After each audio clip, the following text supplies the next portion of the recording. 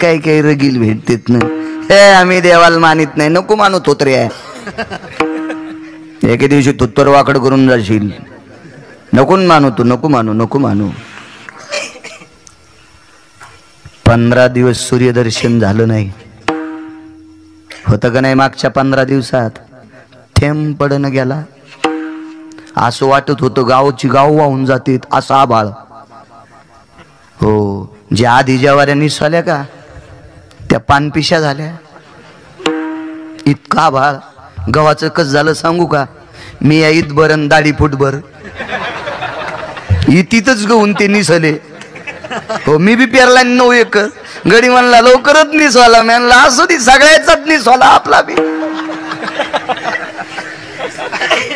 कशान माहितीये? हे आभाळानं कोणात ताकद ती? किती ज्ञानाचे कोंबडे एका जागेवर झाल्यावर गारा पडला असता. नाही, ही सगळी सत्ता त्याच्या ताब्यात आहे. कळपड 4-5 दिवसापासून पुन्हा ऊन सुरू झालं. कोणात ताब्यात आहे? त्या विटेवरच्या मालकाच्या. मग ही सगळी सत्ता ज्याच्या ताब्यात आहे तो संती केला ऋणी. नाथांना एक जणांनी प्रश्न केला. मला असं वाटतं शांतीब्रह्म एकनाथ महाराजाला बळीराम बाबा बोलतोय त्यार ती बी नशीबवान असं हो. एकनाथ महाराजांना बोलायला भेटतंय त्याला. नाथ बाबा म्हणे तुम्ही म्हणता संती केला ऋणी, देवाकडे काय कमी हो? तो लक्ष्मीचा मालक आहे, तो सत्यभामेचा मालक आहे. 21 क्विंटल 78 किलो 44 तोळे म्हणजे 22.5 क्विंटल सोनं देणारा रोज. नीट ऐका, रोज सोनी देत होता. सोनं 22.5 क्विंटल सोनं रोज एक मणी देत होता. तो मणी भगवंताच्या पत्नीनं माहेरातून आणला होता. माहेरातून शेजारणीनं आमच्या महाराजनीला बिबे दिले. ते फुलं 90 रुपये किलो विकले. 90 रुपये किलो ते बिब्याची फुलं.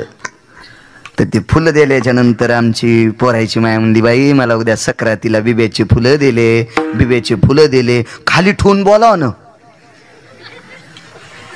तसेच हातात, उजव्या हातातले डाव्या हातात घेतले. बाई म्हणलं कोण दिले? त्या काकून दिले. बाई काय त्याचं. आणि 1.5 घंट्यात तो होतं खपक्या झाले.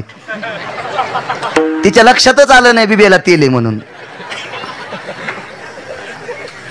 तुम्ही म्हणलं वांद्याला जायचं की नाही मंदिरात? बाई ना असं थोबाड घेऊन कसं जा? त्या बिब्याच्या वाफाऱ्यानं तिचं तोंड सुजलं तरी त्या बाईचं वर्णन करायली. तरी त्या बाईचं, या बाईनं 22.5 क्विंटल सोनं देणारा मणी आणलाय. काय बाई असेल अधिकारी? कल्पना करा ना. ती जगाच्या मालकाची धर्मपत्नी सत्यभामा. कोणाला भिकारी आणि कोणाला श्रीमंत करायचंय हे जिच्या हातात तिला लक्ष्मी म्हणतात. श्रीरामभाऊ काम केल्यान माणसं मोठे झाले असते तर आम्हाला श्रीमंत झाले असते आणि आडत दुकानदार बराचशी खांदायला गेले असते. प्रारब्ध लागतं, नशीब लागते. काम करत जावं. मी त्याबद्दल नाही बोलणार. काम करायचे उद्योगाचे निमिषे विरोधात नाही बोलणार. है का नाही तनपुरे बाबा?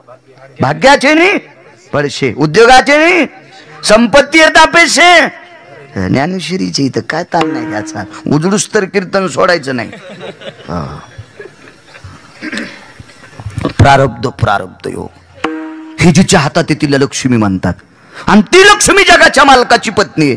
आणि तो संतान कुंडरून घेतोय ना बाबा, शंका आहे मला. शांती ब्रह्म एकनाथ महाराजांनी सांगितलं, बाबा एका माणसाचे 5 कोटी बँकेत होते पण रविवार होता आणि पोरीचं बाळात पण आलं. डॉक्टरनं सांगितलं शिजर करायचं, 50,000 रुपये पाहिजे. रविवार आहे, तेव्हा ATM नव्हते. शेजाऱ्याची मसडी इकली, त्याला 1.5 एकर रान होतं. मसडीकून घरी आला. ज्याचे 5 कोटी बँकेत येते, मोठा किती असेल कल्पना करा. पण रविवार असल्यामुळे बँकेत जाता येत नव्हतं. शेजाऱ्याची मसडी इकली, याच्याच बांधाव चारीत होतं. आणि त्याची मसडी इकली. सांगितलं, अण्णा तात्या जी काही पैसे आहेत का? मालक दुपारात मसडी इकली. हे 70,000. 5 कोटी बँकेत आहेत, काय कामाचे? 1.5 एकरवाल्याचे 50,000 कामी आले. नाथांनी सांगितलं वेळेला महत्व असते. जगाची मालकीन लक्ष्मी जगाच्या मालकाची धर्मपत्नी आहे.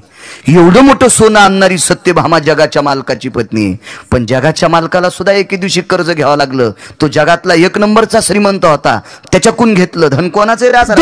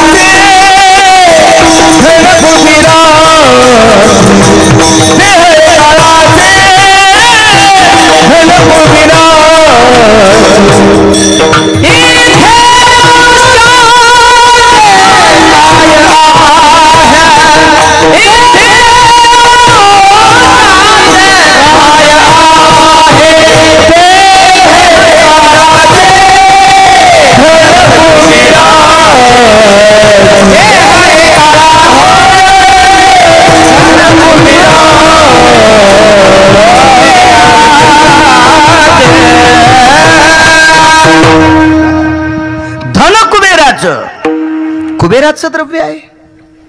विश्वाच्या मालकाने घेतलंय. कालची जी एकादशी गेली का मागची, ह्या मागच्या एकादशीला ब्रह्ममहोत्सव असतो तिरुपतीला. ब्रह्ममहोत्सव कालच्या एकादशीला आणि द्वादशीला कालच्या ब्रह्ममहोत्सव. या ब्रह्ममहोत्सव याच्याकरता भरवलाय, सर्व देवता एकत्रित करून भगवान बालाजी भगवंताने त्या कुबेराचं द्रव्य परत करण्याचा न्याय त्या दिवशी ठरवला. म्हणजे जगाच्या मालकानं कुबेराकडून द्रव्यभूषण घेतलंय. तर समोरच्या व्यक्तीनं शांती ब्रह्मनाथ बाबाला सांगितलंय, कुबेरे देव केला ऋणी, ब्रह्मांडाचा धनी आणि कुबेरे केला ऋणी असं म्हणा ना. महाराज म्हणले ते नाही म्हणणार. ब्रह्मांडाचा धनी तो संती केला ऋणी. तर समोरच्या व्यक्तीनं सांगितलं, महाराज भौतिक श्रीमंतीत तुम्ही एकटे जर सोडून दिले तर बाकीच्या सर्व अष्टादश संतांना 17 संतांना संध्याकाळची खाण्याची पंचायत होती, तुम्ही एकटे होते. काही काही ऋण पैशाचेच असतात असं नाही, काही कर्तव्याचे ऋण आहेत. जगातल्या 23 सिद्धांतापैकी एक तत्वसिद्धांतिक व्यक्ती रस्त्याने चाललाय. डोंगराळ भाग आहे, त्या काळातला परिसर, त्या काळात परिस्थिती काय असेल कल्पना करा. रोड नसतील, रस्ते नसतील, 100 किलोमीटर पर्यंत जंगल असेल. ऋण सांगतोय. कधी कधी पैशाचंच ऋण असते असं कोण म्हणते तुम्हाला? तो तत्वसिद्धांतिक जगातला 23 तत्वसिद्धांतिकापैकी एक. त्याचं नाव घरी गेल्यावर पहा, मी गुत्त थोडंच घेतलं सगळं सांगायला. आणि तो तत्वसिद्धांतिक रस्त्याने चालला. रस्त्याने जात असताना त्याला बसण्यासाठी घोडे, त्याच्या सोबतही 4-5 त्याचं शिष्य मंडळ होतं. त्या काळातला तत्वसिद्धांतिक म्हणल्यावर शिष्य किती असतील कल्पना करा ना. आता संध्याकाळचा काही मेळ नसतो तरी आम्हाला वाटतं 10 शिष्य भावताल फिराव. घोड्यावर माग पुढे 4-2 शिष्य.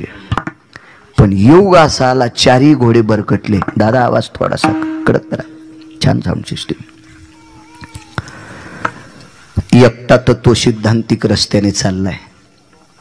तहान लागली, व्याकुळ झाला. त्या तत्व सिद्धांतिकाचं व्याख्यान ऐकण्यासाठी सर्व दर्शनाचार्य अधिकारी व्यक्ती त्याचं व्याख्यान ऐकण्यासाठी त्या महात्म्याचं लाखो लोक त्या काळात सकाळपासून जागा धरून बसलेले. पण हा जंगलातच आहे. संच गेले ठिकाणाला, मेन महाराज मागच. शोकाने हातपाय धुवून भात खाऊन बसले. नवरदेव मागच पायडा. महाराज पाठीमागच आहेत. एका झाडाला टेकन दिलं. ऋण सांगतोय. ऋण सगळे ऋण पैशाचे असते असं नाही. झाडाला टेकन देऊन तो महात्मा बसला. जीभ लहालहा करत होती, ओठ कोरडे पडलेले होते. कधी कधी जीभ टाळूला चिटकत होती. अंगातलं पाणी संपलेलं होतं. त्या झाडाकडे बघत असताना झाडाची 4-2 पानं तोडली आणि ती पानं तो व्यक्ती चावत होता. कारण त्या पानातलं पाणी तेवढंच आपली जीभ ओलसर होईल अशा अपेक्षेनं तो तत्वसिद्धांतिक झाडाचे पानं चावत होता. पण प्रारब्ध इतकं खोटं होतं, ते झाडाचे पानही कडूच होते. तेवढ्या अवकाशात, त्या परिसरात, त्याच जंगलात राहणारा धिप्पाडची धिप्पाड उंच 75 हात पागुट डोक्याला बांधलेला, पिळदार शरीराचा, भरगच्च बांध्याचा, काळा ठिक्कर शरीराचा एक वयस्क अर्धावट वयातला माणूस त्या झाडाखाली आला. त्या साधूची गंध, त्याच्या गळ्यातल्या माळा, त्याचे कपडे पाहून त्यानं पटका खाली टेकला आणि जमिनीवर नाक घासून त्या साधूला प्रणाम केला. ऋण सांगते, ऋण ऋण ऋण ऋण कसं कर्ज असते. थोड्या वेळाच्या नंतर त्या साधूच्या मुखारविंदातून वाक्य पडलं, दादा जवळपास पाणी पिण्यासाठी आहे का? त्या व्यक्तीनं सांगितलं, हाकेच्या अंतरावर एक विहीर आहे. हाकेच्या अंतरावर एक विहीर आहे, तिथपर्यंत चाला. तिथं चालता येत नव्हतं, चिपकोरडी पडली, प्राण सुटणाऱ्या पाण्या वाचून ह्या धिप्पाड माणसानं तो तत्वसिद्धांतिक पाठीवर घेतला आणि त्या विहिरीपर्यंत नेला. पण प्रारब्ध इतकं खोटं होतं, पाणी काढायला लोटच नव्हता. काहीच साधन नाही पाणी काढण्यासाठी. समोरच्या व्यक्तीनं सांगितलं, जगातल्या 23 तत्वसिद्धांतिकापैकी मी एक आहे रे. सर्व शास्त्र माझ्या जिभेवर खेळतात, प्रकांड विद्वान आहे मी. एकही प्रश्न अनुत्तरित ठेवत नाही पुराणाचा. एवढं सखोल ज्ञान, अस्खलित विद्वत्ता माझी आहे. पण मी पाण्या वाचून मरतोय रे. लाखो लोक माझी वाट बघतात. त्या व्यक्तीनं सांगितलं, गुरुदेव पाणी काढण्यासाठी साधन माझ्याकडे आहे, पण जाण्यासाठी अर्धा तास लागतो, येण्यासाठी अर्धा तास लागतोय. त्यानं सांगितलं, वाचत नाही तवरक, आणू नको, जाऊ नको, फक्त मी गेल्यावर एकच काम कर, जरशे लाकडं जमा कर आणि मला फुकून दे. माणसं शिकलेली नसली म्हणजे वाईट येत. असं काही काही 4-2 वर्ग शिकलेले किंवा 10-5 अभंग पाठ असणारे दुसऱ्याच्या नाकात काड्या घालतात. आम्ही महाराज आहे, आणि तू काय मग, तू महाराज मग काय नवलाची गोष्ट आहे. काही काही भागात तो प्रांतीय महाराज, आपल्याशिवाय कोणाचं चलूच द्यायचं नाही. घे बोकंडी होतो या प्रांत. विठाला विठाला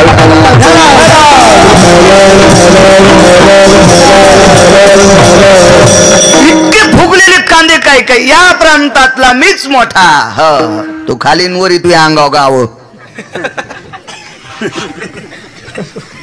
लय पाहिले फुगीर.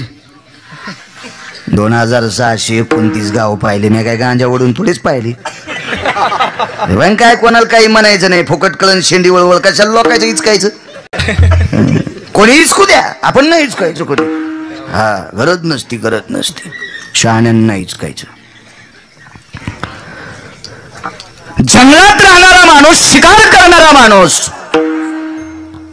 सात्विक अंतकरणाचा माणूस, त्यानं सांगितलं, महाराज तुमचे प्राण वाचण्यासाठी एक पर्याय आहे.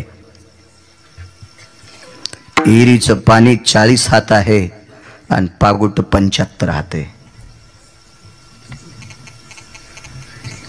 त्या तत्वसिद्धांतिकाने विचारलं, प्रभू तात्या अरे बकेट पाहिजे ना, तू या पागुट्याला बकेट बांधलं असतं. बकेट नसू द्या महाराज, पण पागुट जरी विहिरीत सोडलं तर ते पागुट भिजणार, ते पाणी घेऊन येणार आणि ते पागुट तुमच्या तोंडात जर पिळलं तर तुम्हाला पाणी मिळणार. तुम्ही झाडाचा पाला चावता ना, त्याच्यापेक्षा किती मोठे बघा. नंतर यानं विचार केला, तुझी जात कोणती. ह्यो महाराज असा अडचणीत घुसला, तुझी जात कोणती. आपल्याला एखाद्या दुकानातून जर गुळ आणायचा असेल तर आपणा लागी चार, त्याचे याते को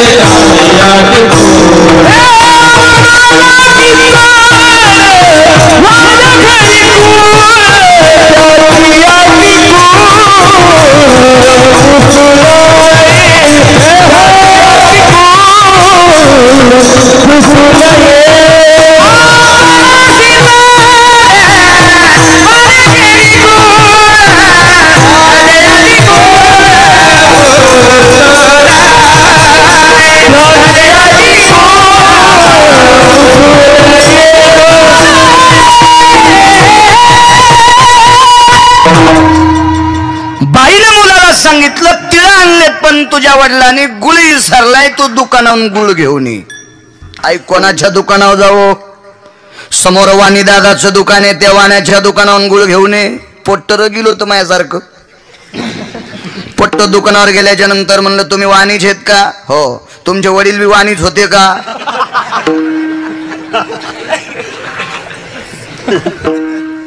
तुम्हाला भेटलेली बायको वाण्याच्या कुळातलीच आहे का? त्यानं किलो घेतला आणि फेकून हाणला.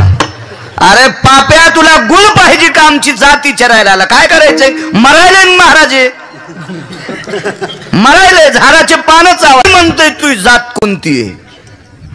ममाम शूद्र भवायम हिंसाचारेण तत्रायाम विहंगमा भय तिक्तानाम भक्षंती भयम तथावेच. या वनातली पाखरं मारून मी खाणारा जगणारा माणूस आहे. अरे बापरे म्हणले, हे तो पाखरं खातय. ठीक आहे. पटका कोण्या दिवशी धुतला होता? ते म्हणला ते नाही माहित राव. धोण्याचा संबंधच नाही. मीच आंघोळ करीत नाही दीड महिन्यान, तर पटका धोण्याचा काय संबंध आहे? आंघोळच करीत नाही मी. अरे बापरे, अवघड गोष्ट आहे. एकीकडे हे अवघड वाटू लागलं बळीराम बाबा, आणि एकीकडे अवघड वाटू लागलं. यमत दिसू लागला. मरतय म्हणे आता आपण. असं दे म्हणला कवाचा बी बुडीव पटका. बुडीला पटकान 2-4 भऱ्या पिळल्या, अर्धा लिटर पाणी पिलं, स्ट्रॉंग झालं. महाराज घोड्यावर बसलं, बंग कार्यक्रमात निघून गेलं. तिथे गेल्यावर सत्कार केला. सत्कार तर महाराजांनी सांगितलं, अमक्या अमक्या डोंगरावर एक पटक्यावालं धिप्पाड मथार राहते, आहेर त्याला द्या. लोक म्हणले तिथं वाटपाडे आहे, तिथं लावरं चित्र कोल्हे सशे मांजरं डुकरं काही बी खातय. ते नका सांगू म्हणले. तुम्ही इतके जण माझ्या दर्शनासाठी थांबलात ना, त्याच्यामुळेच वाचलोय. त्यानं काय यमाला थांबिलं? अरे नालायका होती, यमाला नाही थांबिलं. त्यानं पाणी पाजल्यामुळं वाचलोय. दृष्टांत संपला. पैसे दिले का महाराजाला? नाही. काय केलं माहितीये? पाणी दिले. किती मोठं ऋण आहे, प्राणदान देण्याचं ऋण आहे. महाराज सांगितले, सांगतात असे काही ऋण आहेत, ते ऋण भगवंताच्या डोक्यावर आहेत, आणि ते ऋण उतरण्यासाठी म्हणून नाचे मागे मागे. कसा नाचतो? एका बाईनं भजन केलं. चांगली बाई होती ती, गोड भजन करणारी बाई होती. एकांतात भजन केलं. फार सुंदर, फार सुंदर. काय भजन केलं माहिती? नुसतं त्याच्या नावाचं नामस्मरण. म्हणून नाचे मागे मागे. तो संती केला ऋणी नंतर बघू. हा हो, नंतर बघू. जेवायला 10-15 पदार्थ वाढ्याव असं सांगते का इथून सुरुवात करावं? हा, भात आधी खात असते, त्याबद्दल तू मत नाही. भात आधी खात असते. मी काय यठे नाही. मला माहिती अगोदर भात खाते आहे की नाही. रात्री भातच खाल्लास ना सर. म्या खाल्ल्यामुळे यानं खाल्ला. याला वाटलं तिथले आपल्याला यठण्यात काढतील म्हणून खाल्ला. कधी कधी नादान करावं लागत असते, विलात नाही. म्हणून नाचे मागे मागे. जीवनभर जगाच्या मालकाचं भजन केलं. भजन करत असताना काही सामाजिक अडचणी. आईने सांगितलं, माय तू भजन करतेस म्हणून नाचे मागे मागे. जेवढे पुरावे सांगता येतील तेवढा प्रयत्न करतो. हो. आणि पुन्हा आपला बांध आला की आऊत आखडी तो, हे बी ध्यानात ठेवा. दुसऱ्याच्या रानात कशाला आऊत घालू? नाही घालणार. टायमाच्या पुढे नाही जाणार, तुम्हाला त्रास नाही देणार. माय तू भजन करतेस? जी. आपल्या संस्कृतीमध्ये भजन बायकांनी करू नये असं सांगितलंय. तू का करतेस? तिनं सांगितलं, आई बायकांनी कुठं जावं कुठं न जावं या संस्कृतीचे नियम मी काटेकोरपणानं पाळते, पण मी भजन जरी करीत असेल तरी आपल्या वाड्यात करते. तुम्ही मागे गेलतात तनपुरे बुवा, त्याला राठोड नावाचा व्यक्ती, त्याला 5000 एकर जमीन, मेवाडचा राजपूत, राठोड राजपूत 5000 एकर जमीन आजही आहे की नाही? आज पण आहे, आजही ती जमीन आहे. फार मोठ्या श्रीमंताची कन्या, त्या काळातला त्या प्रांतातला राजा. अगं नाव जाईल तुझ्या बाबाचं. आई मी तसं काम करणार नाही, बाबाचं नाव जाईल असं मी चुकून वागणार नाही. तू काळजीच करू नकोस ग माझी आई, काळजी करू नकोस. आणि ती भजन करायची, भजन बसून भजन. अष्टधातूची मूर्ती होती म्हणून नाचे मागे मागे. किती देव येडा होतो पा भक्तासाठी. जीवनभर भजन केलं पण समोर बसलेली मूर्ती तिला बोलतच नव्हती. तिने मनातली मनात विचार केला मी भजन करते पण आम्हाला बोलत नाही, म्हणजे आपलं भजन टोकाला पोचल्याचा वाण नाही. तिनं त्याच्यानंतर भजन उभं राहून केलं, उभं राहून भजन करू लागली. उभं राहूनही भजन करत असताना तो बोलत नाही. मग तिने विचार केला भजन या संप्रदायामध्ये नाद ब्रह्म म्हणतात, आपल्या वारकरी संप्रदायात लावणी मृदंग श्रुती टाळ घोष शिवब्रह्मरस. आपल्या टाळ विना मृदंग हा नाद ब्रह्म आहे. हे या स्वराच्या याच्यात अधीन होऊन माणसं गोड गातात, कोकिलकंठी माणसं यांच्यासारखी गोड गातात, गोड गातात. तिने विचार केला आपल्याकडं असं काही नाहीये. मग तिनं त्या काळात 2 वाद्य घेतले, एक एकतारी घेतली आणि एक चिपळी घेतली. तर वारकरी संप्रदायात चिपळीला किंमत आहे. श्रीमंत श्री जगद्गुरु तुकोबारायच्या हातात चिपळी आहे, संत शिरोमणी नामदेवरायाच्या हातात चिपळी आहे, चोखोबारायच्या हातात चिपळी आहे, सावता महाराजांच्या हातात चिपळी आहे. बस झाली इतकी नावं. या संतांनी चिपळ्या वाजून भजन केले, म्हणजे वारकरी संप्रदायामध्ये चिपळी वाद्याला किंमत आहे. पण एक तारी, तिच्याकडे एक तारी होती, त्याच्यासाठी एक शपक प्रमाण सापडले. नंतर कोणी बोट घालायचं नाही म्हणून आताच सांगतो ते शपक प्रमाण काय होतं रे.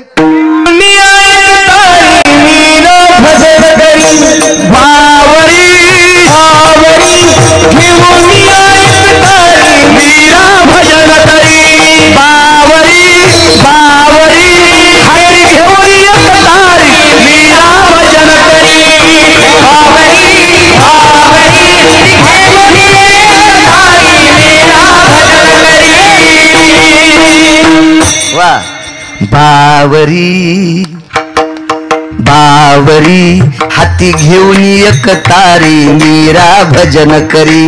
बावरे बावरे हाती घेऊन एक तारी मीरा भजन करी. तुमच्यामुळे म्हणता आलं बरं मला नाही गाता येत.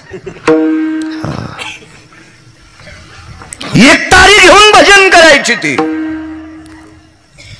हल्ली बी एक तारीवरले भजन आहेत. मी पहिल्यांदा रेल्वेन जायचो ना, लय दिवसपासून सुरू आहे मय. तर ते एक तारी मया झोपडीचा बांबू लई किडका, मई झोपडी मोडल बर का.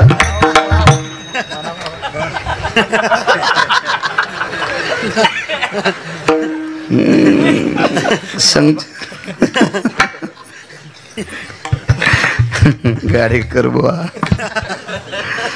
ह्याशी भजन ती कशाला म्हणील. काही भोजन काही काही काही काही. एक जणांना कीर्तनातच गवळण म्हणली, गवळणीच्या घरी गेलो गवळण नव्हती घरी. अरे मी म्हणलं तो फोन करून जाच ना रे, तुझ्या गवळणी नव्हता का फोन सुमल्या. या बापाची जागीरी आहे का नालाय का काही म्हणतो कीर्तनात. इतके काही काही पांचट हो, इतके पांचट काही काही इतके पांचट. ती बाई भजन करती एक तारी घेऊन. एका बाईचं भजन ऐकलं म्या. राम राम मी म्हणलं किती जन्माचं पापू द्यायला आलं रे बाळ्या तू. काय भजन. पार्वती महादेव संन्यासीन कसा झाला गणपती. बापरे, सकाळी खाल्लेल्या भाकरी दुपारा उलटाल्या. शाबास म्हणलं तुकाराम महाराजाची चुलती. लोक पैसे सोडायलेत, पैसे तमासगिराय होत. विठाला विठाला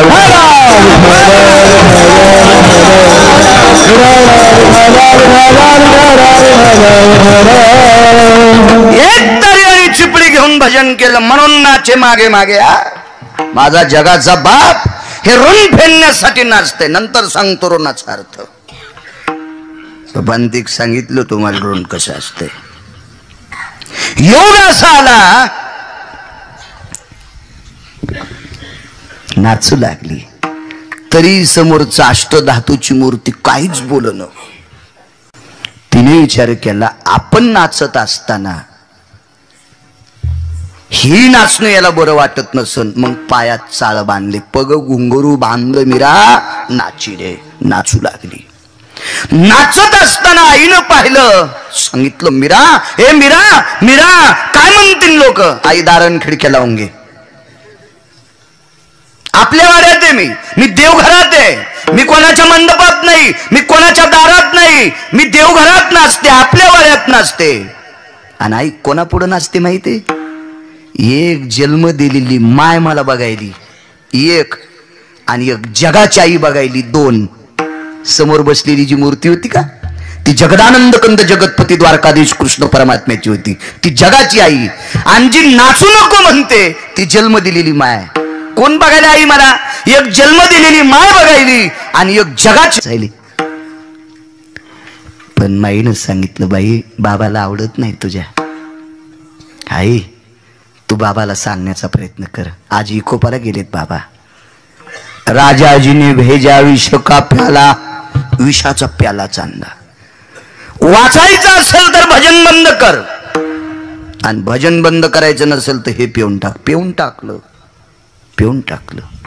दुसऱ्या दिवशी सकाळी अष्टधातूची मूर्ती लोखंडासारखी काळीजर झाली, काळीजर झाली, काळीजर.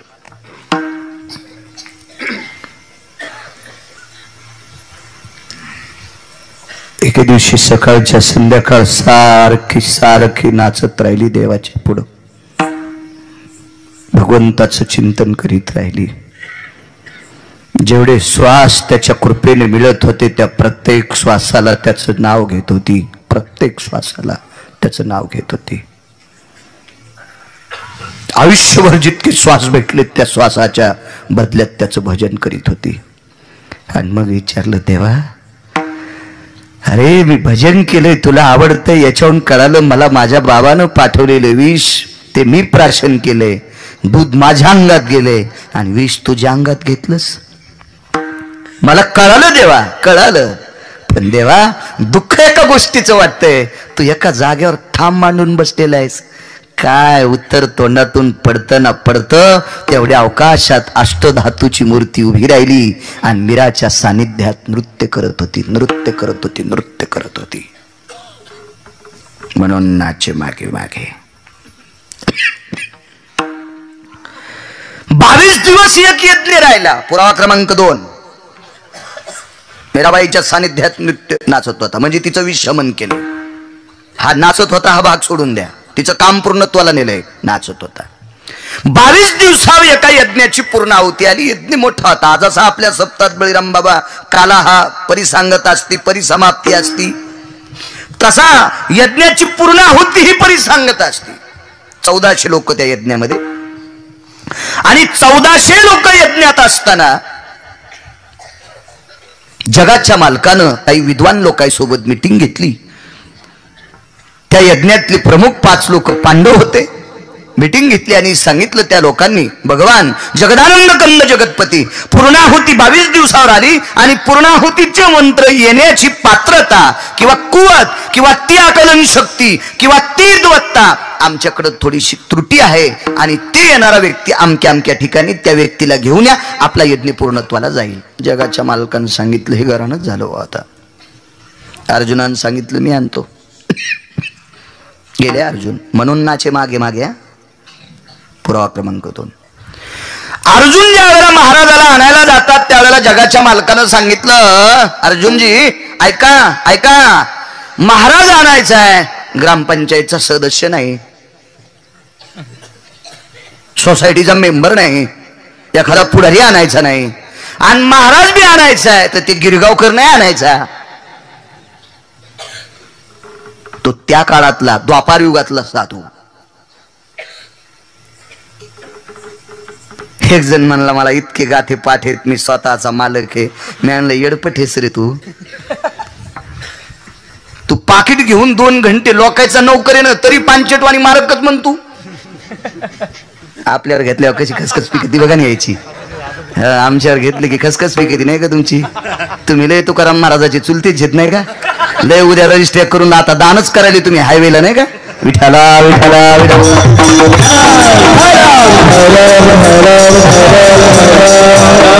खरंच महाराज आपण मालक नाहीत, आपण नौकर आहेत. किमान ज्ञानोबा आहे तुकोबारायचे तरी नौकर येतात, मानावंच लागेल. आपण त्यांच्या नावानं जगतो, ज्यांच्या नावानं जगतो त्यांना जर मालक म्हणत नसतील तर कोटी जन्माचं पाप उतू आले समजायचं त्या महाराजाचं. विठाला विठाला.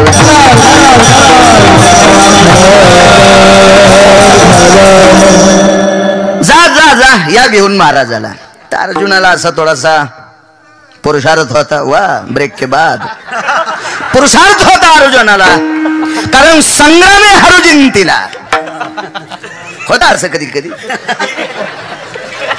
एति भोगियाम क्षत्रम बारजारम एति सर्वाम भवाम तिलाग्रम लेपम सकल भाजा मिश्रितम खादानम आलशम निहारम. विठला विठला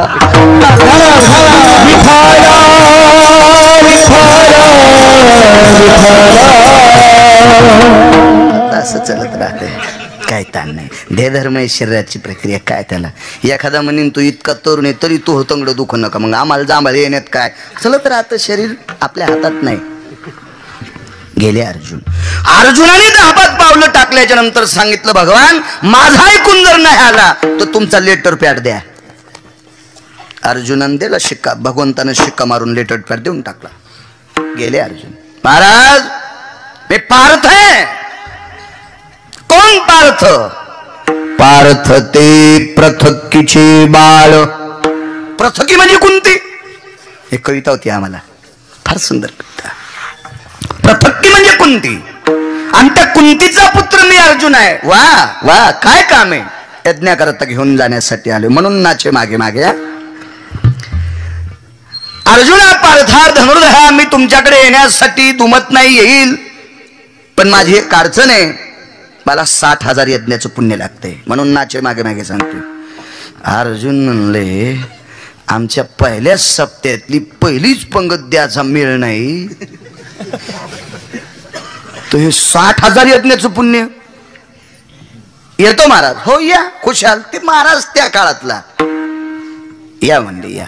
मग अर्जुनाच्या लक्षात आलं कमराला खोसलेली पुटुळी होती ती. महाराज हे वाचा. त्यानं तर दरूचा उघडत नाही महाराजानं. ते महाराज बी किती अधिकारी असेल कल्पना करा. आणि मग त्या पर्णकुटीच्या खिंडीतून ते लेटर पॅड टाकला. तर महाराज आतमध्ये धुनी लावून बसलेले होते. त्यानं ते लेटर पॅड वाचिला नाही, काय नाही, धुनीत पेटीला ना अर्जुनाकडे इस्तू टाकला. अरे बापरे म्हणले एवढ्याचा लेटर पॅटून पेटून बाहेर टाकलाय. चला आपली नाही ताकद. भीम म्हणला मी आणतो मी आणतो मी. भीम गेले. महाराज असे पटांगणात दगडावर बसलेले होते. आता कोणाला वाटतंय वजन हाणाव, वजन हाणाव, काही वजन. एका घरी गेल्या होते म्हणला महाराज आपली टीव्ही कस काय वाटती. मी म्हणलं रावणाला ओव्हरटेक केलं तुम्ही, कारण भितारा एवढी टीव्ही होती ना. त्या मधात बसणं म्हणून त्या टीव्हीचे कोपरे बसणत म्हणून भितार खिसलं. इकून भितार खिसलं, इकून खिसलं, खालून फरची फोडली, वरूनच छत जरा जरा फोडा आणि मग ते टिवाड बसलं. हो म्हणजे एवढी त्याची टीव्ही. आणि पुन्हा 3-3 बाऱ्या म्हणला आपली टीव्ही कस काय. तर मी काही विरोधात बोललो नाही, कारण बुका त्याच्या हातात होता. मी काही नाही जास्त नाही बोललो विरोधात. म्हणलं जाऊ द्या बुका याच्याकडे, आपण कशाला विरोधात बोलावं. म्हणलं फार छान टीव्ही.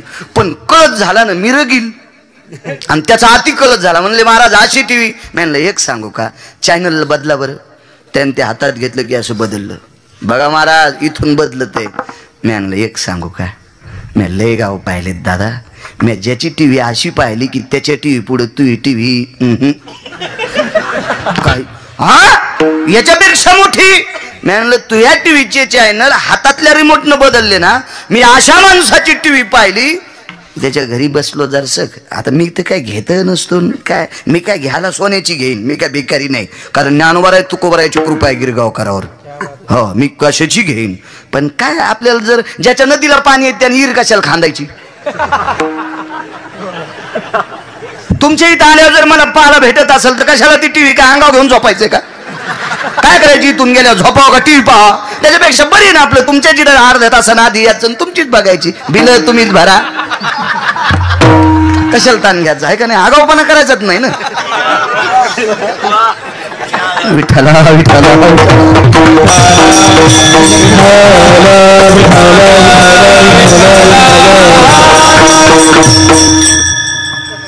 बसल्याच्या नंतर त्याचं पोरग आणि मोठं समुद्र कधी वड्याच्या नादी लागत नसते बरं का हे लक्षात ठेवा ओढे लय शहाणे पाऊस आला की ओढे बंब भरत दगड पण लोटीत आणि पाऊस बंद झाल्या छापी भिजवायला पाणी नाही छापी जीनच्या पॅन्टीवाल्याला नाही कळायची चिलमीच्या खालून लावते ते थोडक लय ओढे येडगळ व तुझा आला दम नाही ओढायला ते मोठा माणूस त्याच्या मुलाला म्हणलं भागवत लाव बरं त्यानं लावलं भागवत पण हात त्याच्या अशीच मांडीवर होते म्हणलं रिमोट नाही काय नाही पलंगावर मी बसलेला ती एकूण पोट्ट बसलेलं 8वीचं भागवत लावलं म्हणलं टाक लगेच भागवत ढवळ्या कपड्यावाल्याचं चालू होतं पुन्हा मी म्हणलं त्या ढवळ्या कपड्यावाल्याचं लाव बरं ढवळ्या कपड्यावाले म्हणजे दिल्लीतले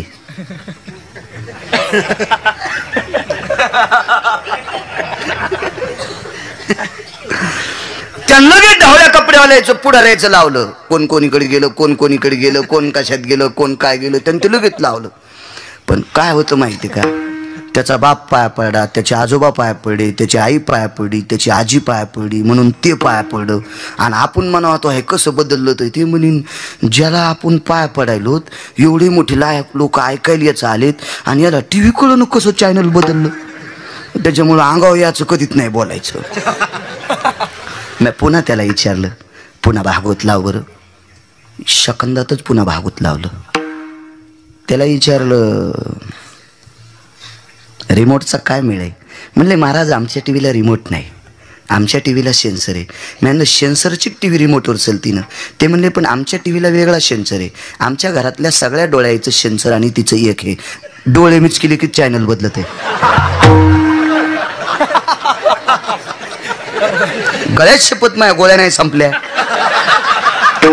हो मी पाहिली ती टीव्ही त्यानं नुसते डोळे मिचकिले की चॅनल बदलत आहे ह्या भेताड्याला सांगितलंय भेताड्या तो टीव्ही गन खपके आहे पण रिमोटवर चालत त्याची पाप नाव चालत ती ते मुगाड्याच बसलं ते पुन्हा म्हणलंच नाही आपला टीव्ही किती मोठा आहे अशी काही काही माणसं असतात नादिक स्वतःचा पुरुषार्थ सांगणारी तसं आमच्या भीमाकडे एक गोष्ट घडली भीमाला वाईट नाही म्हणणार पण घडली एक गोष्ट भीमाच्या जीवनात महाराज दगडावर बसले म्हणून नाचे मागे मागे ध्यानात ठेवा मला कधी हुकल्यावर जागे आणि जा कळत नाही कधी कधी आणि मग महाराज अशी दगडावर बसलेली बाबाजी भीमाला वाटलं आपल्या अर्जुन नावाच्या भावानं महाराज आणले नाही देवाचा लेटर पॅड दिल्यावर महाराज आले नाही आपण ताकदीच्या बळावर भीमानं 5-50 झाडं अशी उपटिली तुरीचे नाही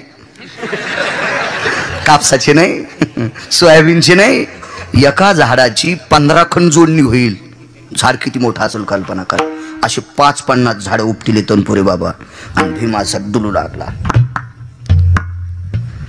महाराज म्हणलं बेट मला ताकद दाखवायली महाराजाच्या मांडी खाली कुबडी होती ती कुबडी असते ना अशी हात टेकून जप करायची ती कुबडी अशी फिरिल्याबरोबर 200-400 झाडं उपटले आणि भीमाच्या भोवताल खोपी तयार झाली अरे बापरे म्हणला चलो याची काठी फिरिल्यावर 400-200 झाडं उपटते हे काय येत नाही आपले छंद चला देवाला सांगितलं असा कुठं महाराज असतो का देवानं सांगितलं मी तुम्हाला आधीच सांगितलं होतं जरा हिशोबान जाते का गिरगावकडे थोडाच आणायचा आहे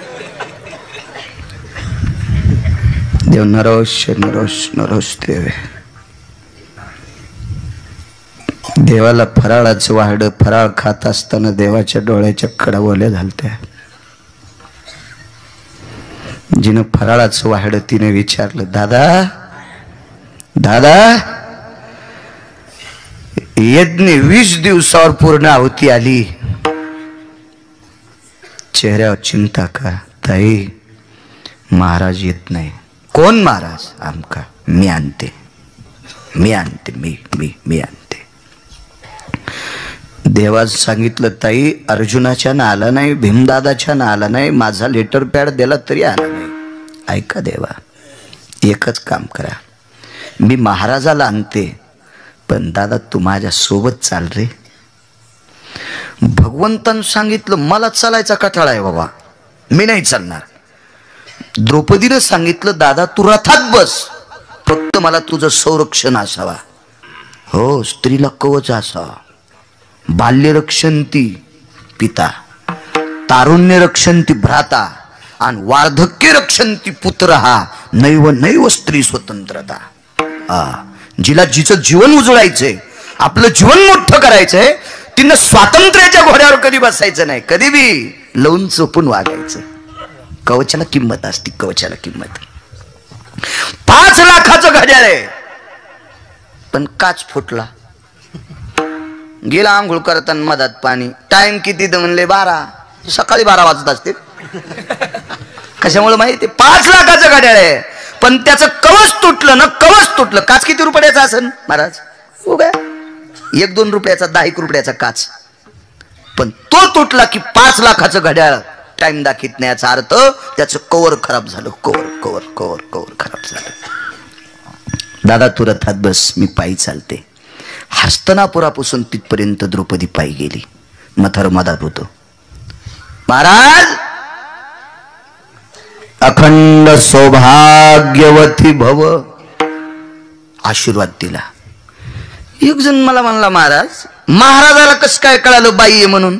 म्हणलं तिला बांगड्या होत्या रे, आणि ज्या बाईच्या हातात बांगड्या आहेत ती अशी पाया पडताना बांगड्या वाजत असतात. ती घालीत होती, तिला हात बी होती म्हणून घालीत होती. हो, हा घालीत होती ती बांगड्या. हो हो. कालांतरानं एक जण म्हणला काय करावं महाराज, ती घालीच नाही. म्हणलं तू मला काऊन ताण द्यायला, तिच्यावरच्या तू घाल. तूही घाली ना, तू ऐकून मग मला हाणतो काय, तू घाल. ते म्हणला सगळे कामं तर करायला लावायची, दळायला लावती, सरपण आणायला लावती, गॅसची टाकी मायात बोखंडीवर असती, किराणा मायाच हातात असतो. पण मी म्हणलं इकडे देऊन इतकं देऊन बी तिने बांगड्या घालावं तरी घालीत नाही. म्हणलं मग एक तो तू घाल, आणि नसलं आवडत तो पैठणचं तळप आहे. हो, पण आम्हाला नको ताण देऊ. आता काय करावं आम्ही तरी? काही काही गोष्टी प्रारब्धानच घ्यावं. हो, संसारात पत्नी 6 गोष्टीपैकी एक प्रारब्ध आहे. पत्नी ज्याच्या जीवनात गोड आहे तो जिवंत मृत्यू लोकात वैकुंठाते समजायचं, अमरपुरी ते समजायचं, अमरपुरीत. आणि ज्याची बायको कर्कश आहे, कर्कश संगती, दुःख उदंड फजिती, सोन्याच्या बंगल्यात राहत असला तरी समजायचं लाकडावर जळायलो.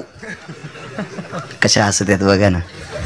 हे अजून उद्याला एक किंमत देतात. हो, अरे बापरे, भोगीच्या दिवशी सक्रातीच्या दिवशी इतक्या किंमत देणार, इतक्या किंमत देणार. सकाळपासून नाद लावला पोरायच्या माईनं, तुम्हाला जायचंय का, पटकन जेवून घ्या. मी म्हणलं रोज कशी म्हणत नाहीत, भोगीच्या दिवशी मालकाचे मालक जेवल्याशिवाय जेवता येत नसतं. मी म्हणलं बरं.